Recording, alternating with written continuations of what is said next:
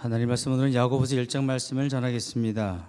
2절부터 읽겠습니다. 내 형제들아 너희가 여러 가지 시험을 만나거든 온전히 기쁘게 여기라. 이는 너희 믿음의 시련이 인내를 만들어내는 줄 너희가 알미라. 인내를 온전히 이루라. 이는 너희로 온전하고 구비하여 조금도 부족함이 없게 하려 함이라. 아멘. 하나님은 종이 함께 하시기 바랍니다. 오늘 말씀 제목 우후지실은 비가 온 뒤에 땅이 굳어진다는 뜻입니다. 비는 자연현상이기 때문에 오지 말라고 해서 안 올 것도 아니고 오라고 해서 오는 것도 아닙니다.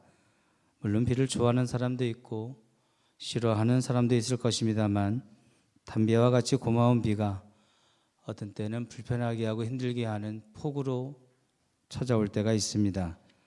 오늘 말씀은 시험에 대한 내용인데 이것이 꼭 비와 흡사합니다.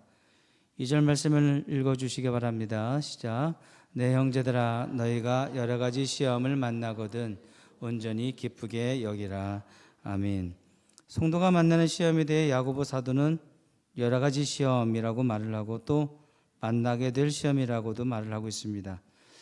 여러 가지 시험이란 시험의 종류가 다양하다는 뜻도 있지만 예측이 불가능하다는 뜻이 들어 있습니다. 언제 어디에서 어떻게 어떤 식으로 시험이 올지를 짐작할 수가 없다는 거지요. 성경에서는 이 시험을 크게 두 가지로 봅니다. 첫 번째는 성도를 무너뜨리기 위한 마귀의 유혹적 시험이고 두 번째는 성도를 성장시키기 위한 하나님의 고시적 시험입니다. 오늘 본문에서 말하는 시험은 우리를 연단시키고 성장시키기 위해 하시는 하나님의 시험을 말합니다. 바로 그 시험을 만나게 되거든 기쁘게 여기라는 겁니다. 여기서 시험을 만난다는 말은 피할 수 없다는 뜻이 들어있습니다. 그냥 받아들여야 되는데 그 받아들여야 되는 성도의 자세가 억지로가 아니라 그냥 마지 못해서가 아니라 기쁘게 여야 한다는 겁니다. 그것도 온전히 기쁘게 여기라고 말씀합니다. 아무리 하나님의 시험이라도 뭐가 그리 유쾌하고 기쁘게 여길 수 있겠습니까마는 여기에서 요구하는 기쁨은 감정적인 기분을 말하는 것이 아닙니다. 이성적으로 의도적으로 기꺼이 받아들이라는 뜻입니다. 자료를 더 찾아보았더니 이 시험이 내게 얼마나 큰 유익인지를 제대로 판단하고 계산하고 내린 결론으로 기쁘게 여가 되어야 된다는 뜻입니다. 마치 우리가 비가 올 때 우산을 가져갈지 말지를 결정하는 것처럼 학생들이 시험을 앞두고 공부의 계획을 세우는 것처럼 내게 찾아온 시험에 대해 불평을 할 것이 아니라 오히려 철저히 대비를 하는 것이 유익하다는 것입니다. 그래서 서두에 비가 오는 곳과 성도가 시험을 만나는 것이 흡사하다고 말씀드린 겁니다. 출퇴근길에 만나는 비, 등하굣길에 내리는 비바람은 그렇게 반갑지는 않을 것입니다. 불편할 수밖에 없지요. 하지만 싫다고 투덜대고 성질내기보다는 그로 인해 피해가 없도록 지혜롭게 대비하는 것이 지혜로운 판단이라는 것입니다.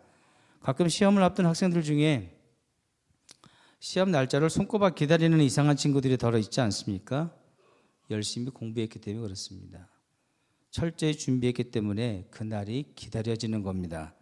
마찬가지로 시험이 올 것을 알고 대비한 성도는 시험이 찾아왔을 때, 시험을 만나게 될 때 당황하지 않고 그동안 기도했던 대로 믿음으로 반응하고 신앙으로 대처하면서 하나님의 도우심을 기다리는 수준이 되어진다는 것입니다. 고린도전서 10장 31절 말씀은 너무나 잘 아시죠? 함께 읽어보겠습니다. 사람이 감당할 시험 밖에는 너에게 당한 것이 없나니 오직 하나님은 미쁘사 너희가 감당치 못할 시험 당함을 허락지 아니하시고 시험 당할 즈음에 또한 피할 길을 내사 너희로 능히 감당하게 하시느니라. 아멘. 한마디로 초등학교 학생들에게 대학교 시험 문제 내지 않는다는 겁니다.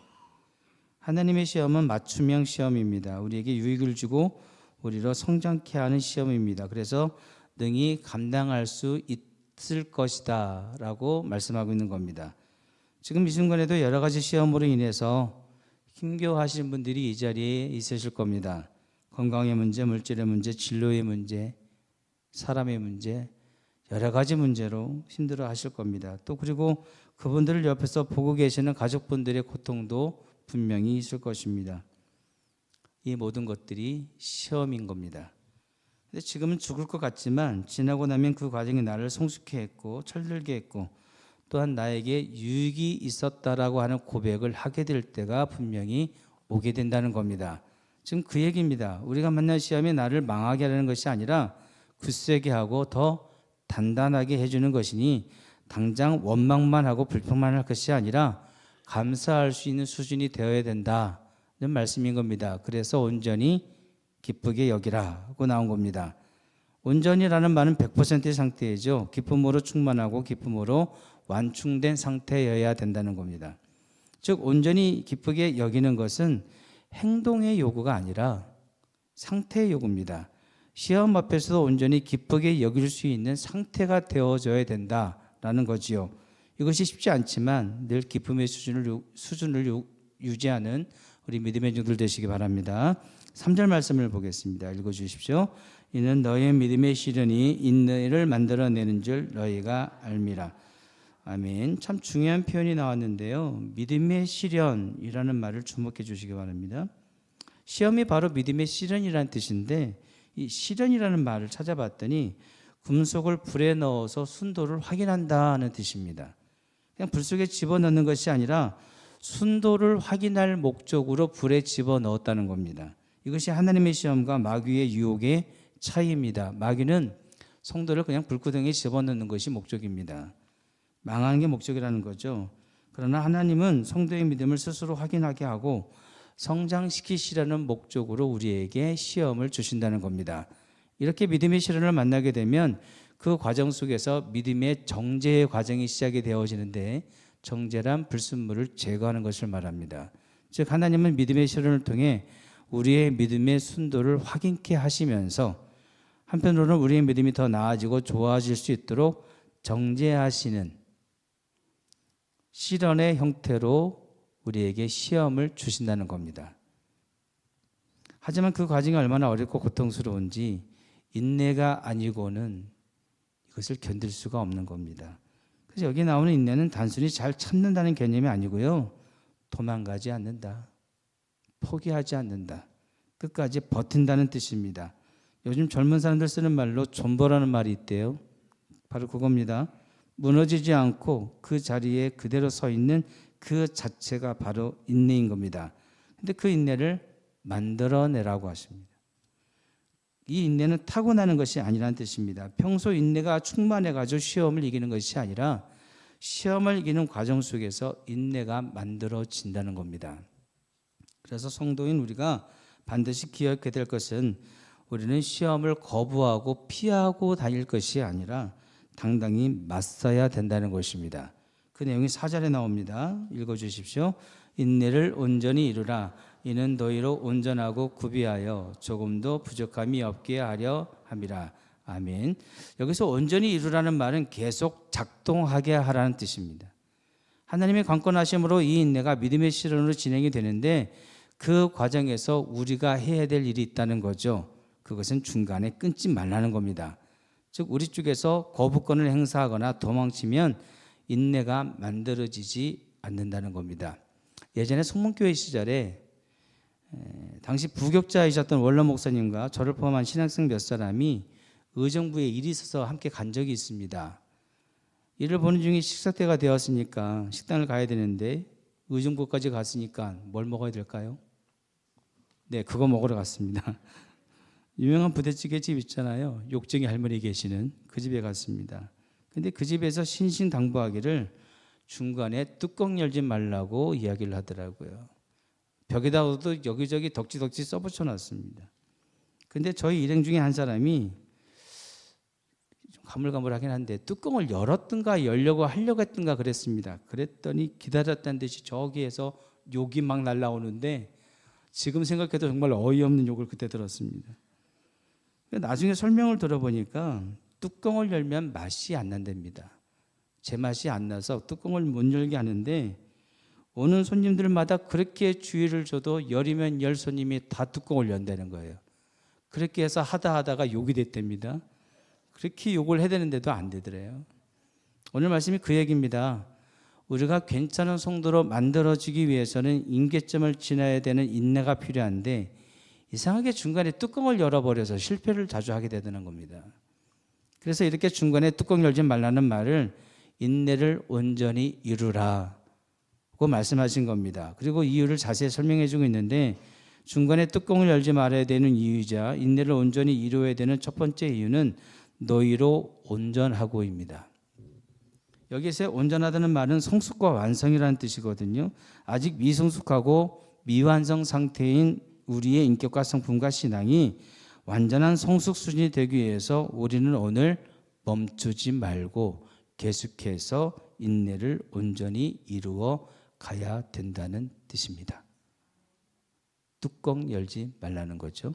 두 번째로 구비하여야 된답니다. 구비하여입니다. 모든 것이 다 준비되고 갖추어진 상태를 말하지요. 우리가 흔히 쓰는 말로 무슨 서류 다 구비했습니다 라고 하는 것은 한두 가지만 준비한 상태가 아니잖아요.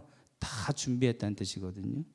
즉 하나님은 우리의 일부분을 바로잡고자 하심이 아니라 우리의 전 인격적인 부분 모두를 완전케 하시고자 지금 믿음의 실현을 진행하신다는 겁니다. 이를 위해 멈추지 말고 온전히 이루어야 된다는 요구를 하시는 겁니다. 그 다음 세 번째가 조금도 부족함이 없게 하려고. 조금도 부족하지 않다는 말은 완벽하다는 뜻이 아니라 어떤 상황에서도 어떤 시험과 시련이 와도 그것을 참고 견딜 수 있을 만한 실력으로 만들어 놓는다는 뜻입니다. 그 정도의 실력은 되어야 된다는 거죠. 이렇게 성도는 점점 나아지고 성장하고 성숙해져야 되어야 가는데 그것을 온전하고 구비하고 조금도 부족함이 없는 것으로 표현하고 있는 겁니다. 자, 여러분 어떠십니까? 오늘 여러분의 인생 날씨는 좋으십니까? 햇빛은 쨍쨍 모래알은 반짝이십니까? 아니면 보슬보슬 비가 끊임없이 계속해서 괴롭히고 있습니까? 어떤 분은 천둥번개에 폭우가 쏟아지고 계신 분들 있지 않을까 싶습니다만 무엇보다 지금 내리는 비가 마귀의 유혹인지 하나님의 시험인지 정도는 구분할 수 있으셔야 됩니다. 그러나 어떤 시험이든 간에 중요한 것은 우리는 그 과정을 반드시 이겨내고 통과해야 된다는 것입니다. 우리가 내리는 비를 멈추게 할 수 없듯이 우리는 인생 가운데 임하는 시험과 유혹을 돌이킬 수 없다는 점을 꼭 기억해 주셔야 됩니다. 그렇다면 피하지 말고 맞서야 됩니다. 하나님의 시험은 인내를 통해 끝까지 감당하셔야 되고요. 마귀의 유혹은 믿음으로 이겨내셔야 됩니다. 이 마귀의 유혹에 대해서 성경 구절이 몇 군데 이야기하는 게 있는데 두 군데만 보겠습니다. 야고보서 4장 7절 말씀을 보시면 마귀를 대적하라고 나옵니다. 대적하랍니다. 그 다음 베드로전서 5장 9절 말씀에도 대적하라고 나옵니다. 마귀는 대적해야 되는 겁니다. 보이지 않는 마귀에게 어떻게 대적하겠습니까? 마귀의 도전과 유혹 앞에 담대하게 당당하게 맞서라는 겁니다. 원문에 봤더니 정면으로 저항하라고 나오더라고요. 마귀와의 싸움은 게릴라전이 아닙니다. 전면전입니다. 적당히 타협하고 눈치 봐서 도망치는 것이 아니라 매 순간 최선을 다해 죽을 둥 살 둥 싸워야 되는 겁니다. 최선을 다해서 전력을 다해서 맞서야 되는 겁니다. 어떤 시험이 되었든 간에 도망치지 말고 맞서셔야 됩니다.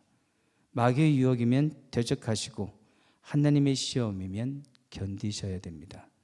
그 과정에서 우리는 하나님의 뜻을 알게 되어지고 더 성장한 자신을 발견하게 될 것입니다. 비구름이 지나가듯이 우리 인생 가운데 내리는 여러 가지 힘든 시험들 반드시 지나갑니다. 반드시 지나갑니다. 또한 비가 온 후에 땅이 단단해지듯이 믿음의 시련을 겪은 성도는 더 단단해진 믿음으로 하나님을 기쁘시게 해드릴 수 있는 수준이 되어집니다.